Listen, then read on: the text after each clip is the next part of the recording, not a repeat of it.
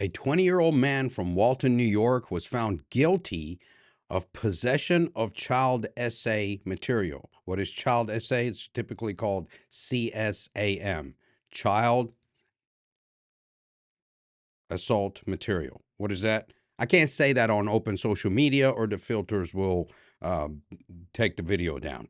This man was not just a consumer. He was actually an administrator. He ran his own offshoot cell of the 764 nihilistic violent extremist network, and he used it to systematically destroy a child's sense of safety, dignity, and control over her own body across approximately 20,000 messages. The feds say that Jerry and Butler III used a social media messaging application to contact a minor victim who lived out of the state. Over the course of that contact, he exchanged approximately 20,000 messages with her, in which he persuaded, pressured, and coerced her into creating and sending sexual, explicit depictions of herself. He accomplished this by threatening to leak her explicit content publicly and humiliating her if she refused to comply. Investigators also determined that Butler was the administrator of an online offshoot of 764 NVE Group that operated across multiple social media channels.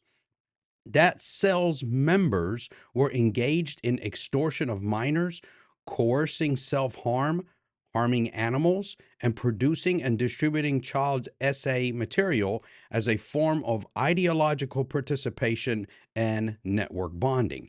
Here's what I want you to think about: 20,000 messages. Think about that number and what it means. It's not a conversation. It's a sustained psychological campaign conducted against one child over weeks, designed to wear her down, resistance, isolate her from any sense of safety, and keep her producing material under threat of public humiliation.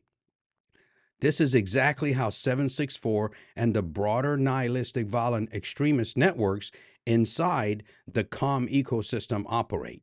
They don't find one victim and then move on. They find one victim and build a cage around them. They use blackmail, shame, and fear as the walls of this organized child exploitation cage. It operates as an extremist ideology. Most parents have never heard the name 764. This is exactly the problem, because 764 has heard of your children.